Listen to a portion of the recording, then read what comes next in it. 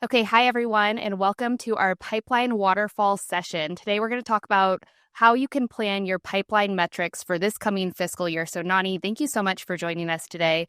To get started, tell me a little bit about yourself and your role at Invoca.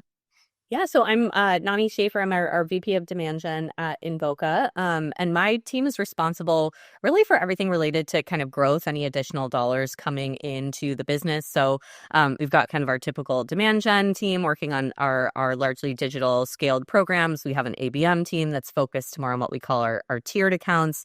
We've got our UK marketing team, kind of our global team, and then expansion marketing as well. So the way that we market into our customers as well as partner marketing. So again, kind of like any, like I like to think of it as like if there's more dollars to be had, that's what my programs are sort of designed to help drive. Okay, fantastic. And tell me more about Invoca. What do you guys do? Yeah, so Invoca is a revenue execution platform, and our mission essentially is to help marketers understand the ways that their online and offline channels are helping to drive revenue.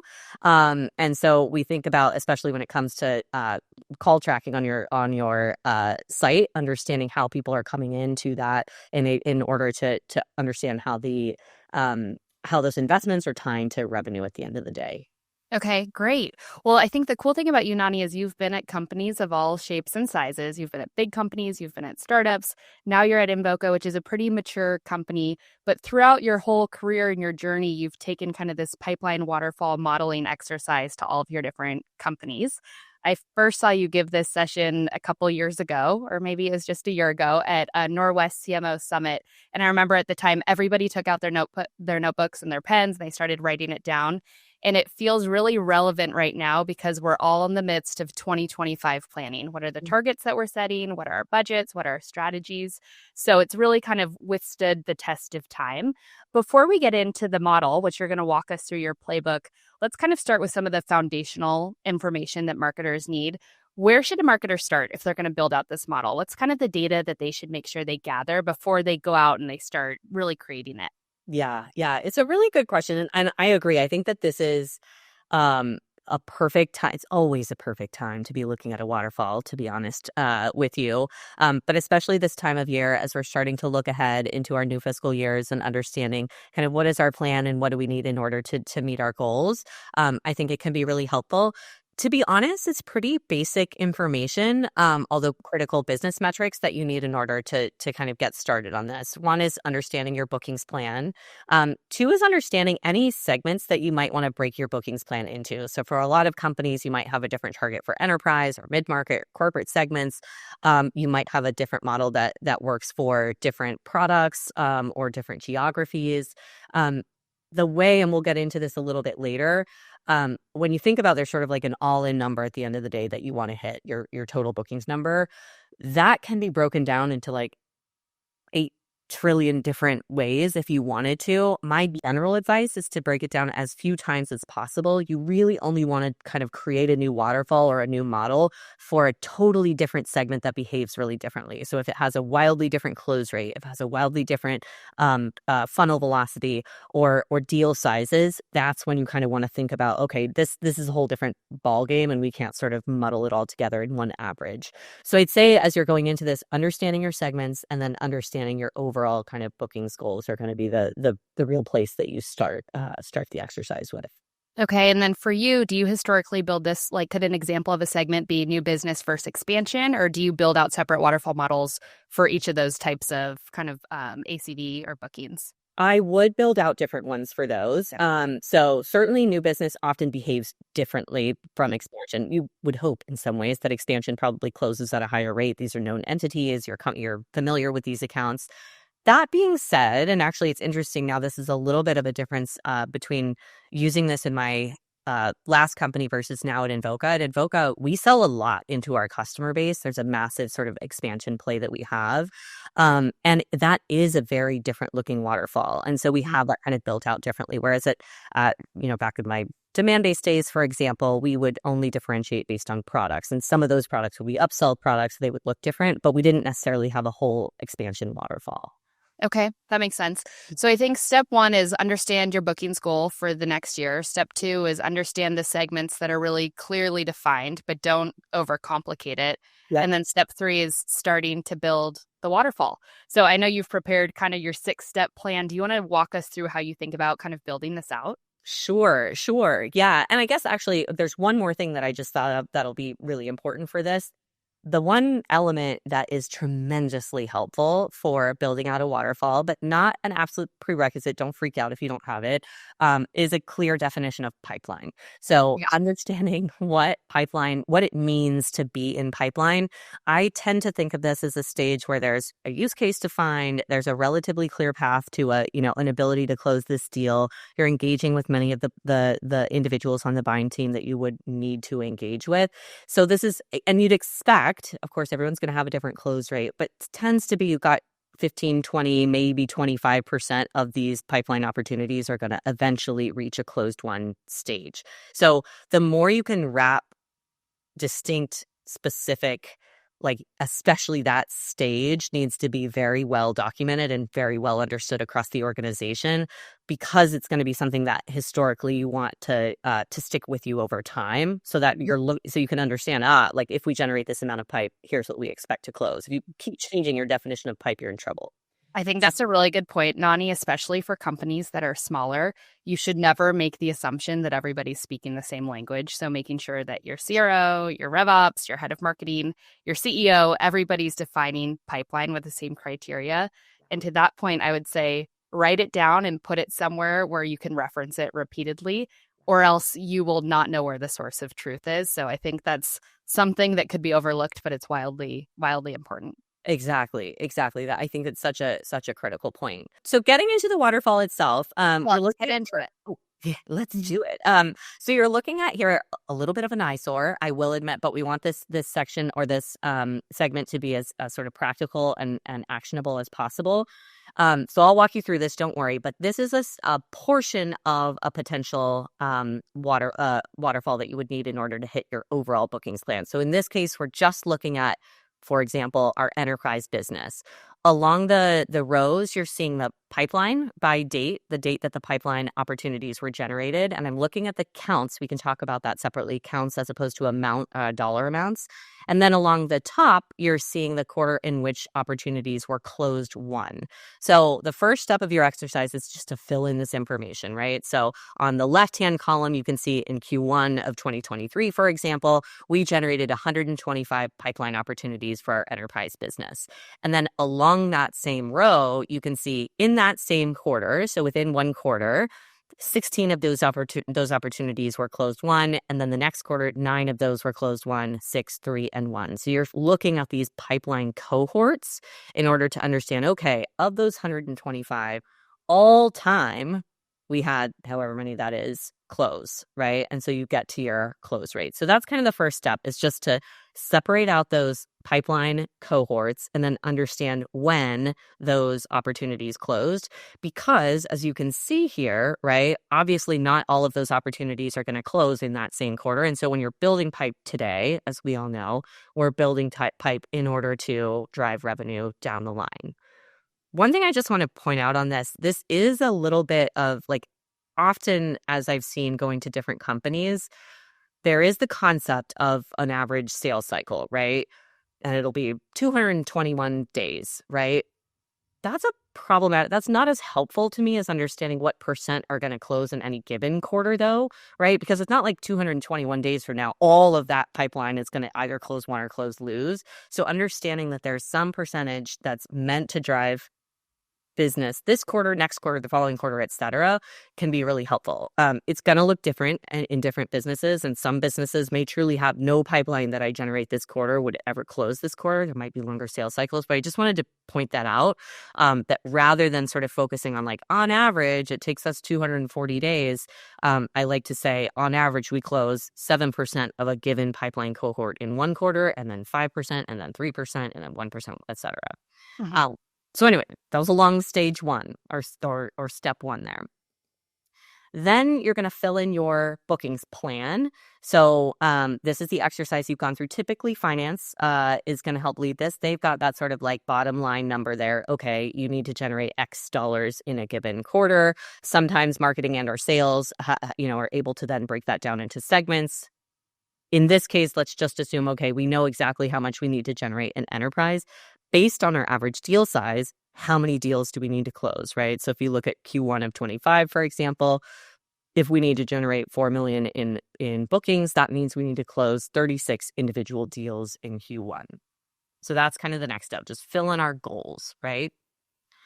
From there, I want to look back at those pipeline cohorts and essentially do the math on what percent are closing in each quarter. So that's what I talked about a little bit earlier. So rather than just looking at the hard counts, in that Q1 example for, looking back at that, the 125 pipeline opportunities that we generated, 13% of those closed in that same quarter, 7% took 2 quarters to close, 5 and 2 and 1, right? So obviously not 100% of those are closing, but over time, that's the percentage that we're seeing from each of those.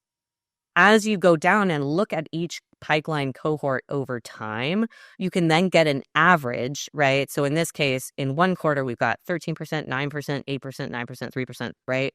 That's my 1 quarter close rate. And I can look at an average of that to say, okay, usually about 9% or 8% of my of any given pipeline cohort is going to become closed won in that same quarter. And then maybe it's 7, 4, whatever it might be. So I can calculate those average close rates by quarter. From there, I can fill in, okay, knowing that now, I know that of the pipeline that I've generated thus far, there's still opportunities to be closed. So even if we just all shut down and went home and stopped adding any pipeline at all, there's still open pipeline that has room or time to close, right? And so you can fill those in based on those average close rates by quarter. All making sense so far? Yep. So far, I guess one quick question I had is, do you take into account like seasonality or where historically you see dips in pipeline generation, or how do you think about that when you're planning for a year ahead? It's a great one. So theoretically, yes, I would love to. It's a little bit easier said than done. In many cases, including in the case of this particular plan, you'll notice there's a significant uptick in Q4 expectations. So often a Q4 might have higher, if seasonally, it might be the time where we would expect more revenue to come in. And when it comes to the impact that has on the waterfall, I tend to think of that as like the art part of this. So we're going through kind of the math and the science side of things in this particular part. And then when it spits out our answer, then we get to the art of like, well, that's unreasonable. And so we're going to shift things around. So if, for example, I have a very high Q4 goal, I actually might want to front load my year by saying, we're gonna overproduce on the pipeline needed to generate the revenue that we need in those quarters, so that we don't hit Q4 and suddenly have an outrageous expectation for pipe generation. Yeah, and you're scrambling when it's like seasonally a hard time to generate pipeline. Exactly. So the math will never lie. Like technically, if you could all of a sudden generate 10 times more pipe, it would be perfect and you would hit that goal no problem. But the reality, of course, is we don't want to allocate our resources that way. We can't suddenly like hire a dozen more SDRs in order to make that happen. So we'll talk about that. But that it's a super, super critical point through all of this is, for example, you're looking at numbers, you're like 0.9. You're not going to close 0.9 deals, right? So this is to tell you what the sort of expectation is based on my averages. But then we're going to get into the reality side of things and how we want to actually select the numbers we're going to set as our goals. Okay. Cool. So from there, we need to figure out, okay, well, what is the delta, right? So if we look at Q125, that column there, I know that if I'm going to hit those 36 deals, that means I'm going to get 1-ish, 1.7, 6, and 10 from previous quarters pipeline. I've got another 17.4 opportunities that I need to generate from pipeline that I'm going to generate in that same quarter, right? So this is kind of like the goal here is figuring out how much pipeline do I need to generate in Q125 in order to hit my Q125 bookings goal based on what I already have from previous pipe plus what I'm going to add in this quarter, right? Because about, what do we say, like 9% of it is going to come from pipeline generated that same quarter. So once I have these numbers all laid out, then it's just a question of backing into the math, right? To say, okay, if 9%, I'm just making that up, I don't know, 9-ish percent are going to close in that same quarter, that means I need 217 pipeline opportunities to generate those 17.4 that I said I needed, right? And then I can say, okay, that'll give me another 12 in Q2 of 25, 7.9 in Q3, and 2.1 in Q4. So for each row, you can then fill those in to say, I'm still going to get more opportunities from each of those pipeline cohorts that I'm adding in. So that is essentially the answer to all of this, right? This is how much pipe I would need, what the math is telling me I need in order to hit my bookings goals. Now, again, if I look at these numbers, right, now is the gut check where I'm like, okay, 217 up from 184 the quarter before is relatively reasonable. And certainly Q2 and Q3, right, go back down. So that's kind of nice. Then I slam into Q4 and suddenly I'm way behind on pipe. I didn't generate enough ahead of time, right? And so even though I've met my Q2 and Q3 goals, I've set myself up for a really tough slog in Q4. And so that's where I would look at this after the fact and move things around, essentially, to move some of that Q4 goal up into earlier quarters to ease a little bit of those expectations. Okay, great. So that's kind of the 6 steps of how you build this.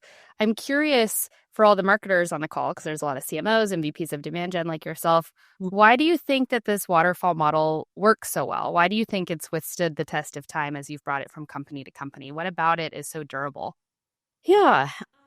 Well, I think that the way I sort of describe it, right, is that the math can't lie. You actually can't escape this, that all that factors into the dollars at the end of the day is going to be your deal size, your funnel velocity, and your close rate. Like, you actually cannot get away from that. There's no way of cheating that, right?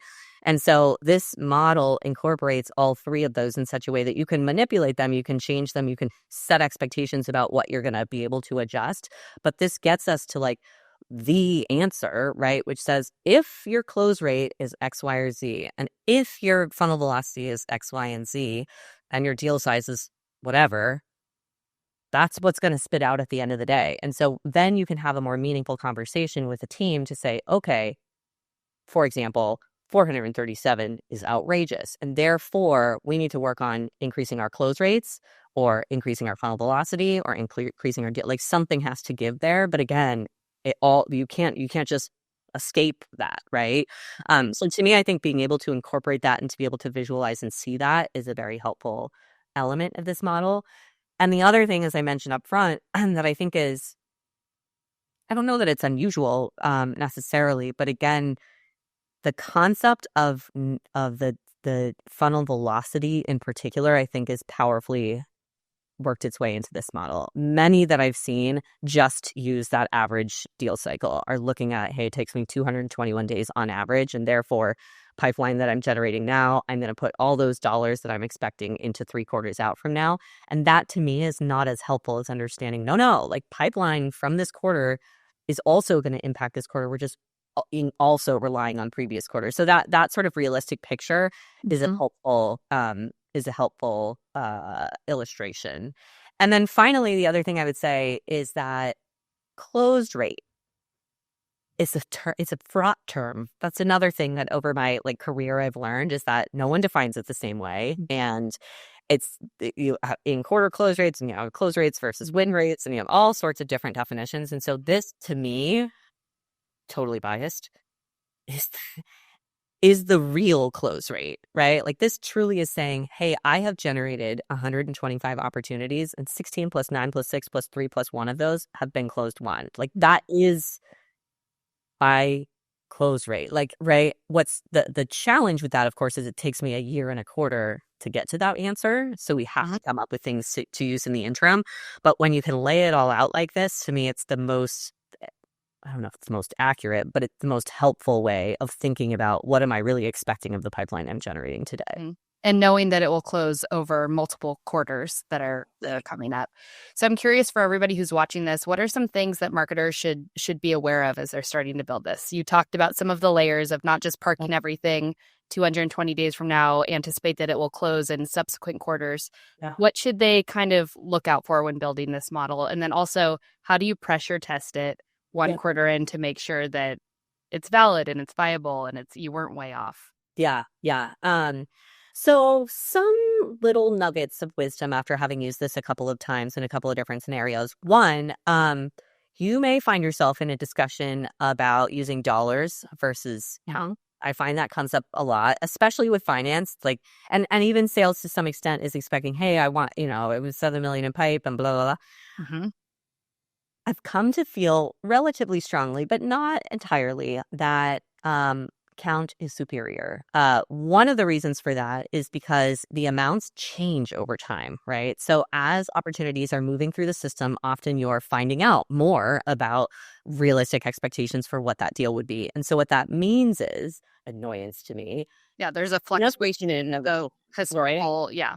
You're right. So you're looking back and who knows, and reps, like, believe it or not, they don't always have the most accurate picture of what they're going to put in, and often lowball because no one wants to have like a number come in that then they're expected to hit that they don't. So Mhm. I find that count becomes important from a historical perspective, and it just ends up being more useful. It also can help with some of those whales that mask otherwise Mhm. core problems, right? Like, it's great, don't get me wrong, to have a whale come in, but relying on a whale is problematic. And so you kind of want to make sure that you're looking at, okay, we need a certain number of opportunities here in order to hit our goals. Um, so that's like one sort of little tiny piece of information there, just to be aware of or to be thinking about. Yeah, it removes some of the bloat that you might see, like, or some of the lumpiness that you might see that goes away when you're just looking at count. Yeah. Okay. And then let's talk about pressure testing it. I'm curious because right now we're all in 2025 mode and you're laying this out and you're building your model and you're getting your exec team's buy-in and your team's buy-in. Do you revisit this every quarter? How do you think about making sure that you don't just set it at the beginning of the year and then neglect it and leave it and then do it again a year later? So definitely review it. I would say quarterly, right? No one's panicking about, you don't want to reset your waterfall every week. You are reviewing your pipeline every week, right? To understand where you are against your goals and whether you're slotted to hit them or not.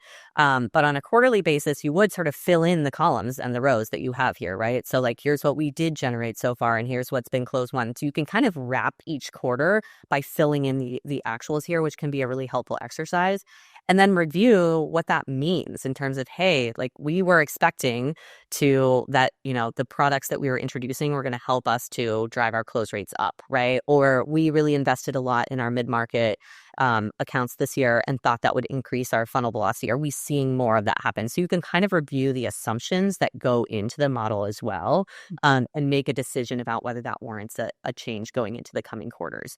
I hate, like, what I wouldn't advise, and what typically wouldn't happen with this, no one wants to go into the quarter and a week before, or even worse, a week in, suddenly be like, well, we really whiffed on the close rate this quarter, so let's double our pipeline expectation. Really, you don't want to end up in a tailspin of, if things are a little bit different, that you're going to wildly change goals. But certainly, I think on a quarterly basis, it's worth going in and reviewing it by segment, understanding, hey, like, close rate up, down, whatever it might be.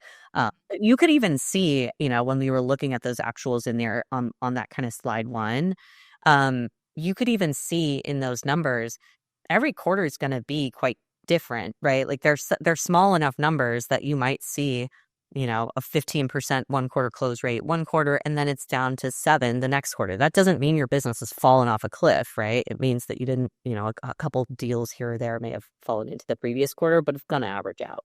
Mhm. And as you're building this model, who do you loop into the conversation to make sure that it's a lasting process? Because you could build this model in a vacuum and the marketing team's aligned. Yeah. But if your CRO is not aligned, if your executive team's not aligned, then it's all for none. So how do you think about, like, bringing different stakeholders in? What does that process look like for you? Yeah. Yeah. So this is a very, very collaborative process.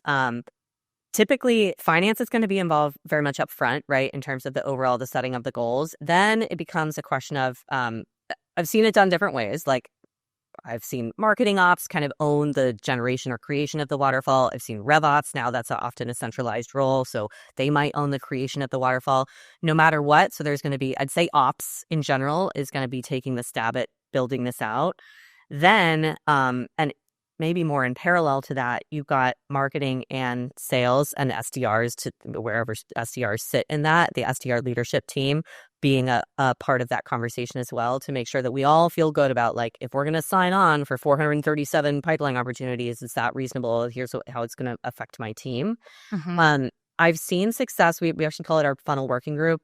It's sales, marketing, SDR, and Rev Ops leadership that meet every other week to essentially look at like our funnel, right? Understanding where we are against our pipeline goals for that week, for that month, for that quarter, broken down by each of these segments. And then they would be the ones to kind of review again on that quarterly basis whether anything needs changing in the model. Um, all of those stakeholders need to be super, super aligned because this like pipeline is your linchpin between those teams. It's where like all the magic happens. And so we all have to rally behind and understand and be really focused on that number. So it's once it's set, you can often forget, like we don't look at the waterfall every week or anything. Hmm. But we certainly look at that goal every week. Absolutely. And I think as marketers, we all are transforming to be pipeline first, not vanity metrics of MQLs and leads captured first. Like this is what's paramount. This is what results in closed bookings for the business. Yeah. And I think those regular touch points are super, super critical. We call it our pipeline council, but everybody getting together once a week, weekly trends where we're forecasted to end up if we had a good week, a bad week, so that there isn't a surprise at the end of the quarter if you missed your target. Like, that it was a healthy quarter. You guys were a little shy of where you need to be. You can adjust accordingly and you have a gap plan for that next quarter versus being shocked by the data. Yeah. I'm curious, just for our last question as we wrap up, in this age of AI, which is obviously all we talk about all day, every day, do you see any of the AI innovations that have emerged for us as marketers changing how we think about this pipeline waterfall model and really how we're setting targets for the next year? Do you anticipate any like disruption to this or any improvements to this process? I'm certainly hoping so. Big AI fan over here. I actually was thinking about this. I mean, there's all sorts of implications, right? I mean, certainly AI could probably do a better job than me in an Excel sheet at coming up with what our goals or targets should be. Obviously, there's also implications for how we use AI in all the ways that we market and sell, right? That hopefully, right, are impacting the inputs for a model like this to make us better at selling and more effective and better at helping our customers succeed. And so I think there's sort of no end to like the layers and the levels in which AI can impact both the creation of this or even its necessity and also like how we're able to be as efficient as possible. So I'm super excited about like everything and sort of all the possibilities that we might be able to bring in with AI. I haven't yet, for what it's worth, seen an AI tool, and maybe that's just my own lack of education. That's just like, give me my waterfall, you know. But certainly I don't see that being an issue. Yeah. Yeah. I think that's where we're going, but I think you hit it's multi-layered. Like, yes, there will probably be some AI tool to spit this out and you can pressure test it, but there's also all this new AI technology that's making it easier to generate pipeline. It will hopefully help improve close rates. Like AI that you're putting in place to really improve, like tighten all the levers of your pipe gen and like ACV machine. Yeah. And that will hopefully just improve the results of this waterfall model as well. Exactly. Well, awesome, Nani. Well, I always love chatting with you. You're an awesome qualified customer. It's great to see you here. Thank you for joining us at Pipeline Summit and for dropping your knowledge about pipeline waterfall modeling. Hopefully, everybody here, we're going to share kind of a link to this book and everybody can kind of follow this model as they go into the end of the year and they plan for next year. So thank you for joining us.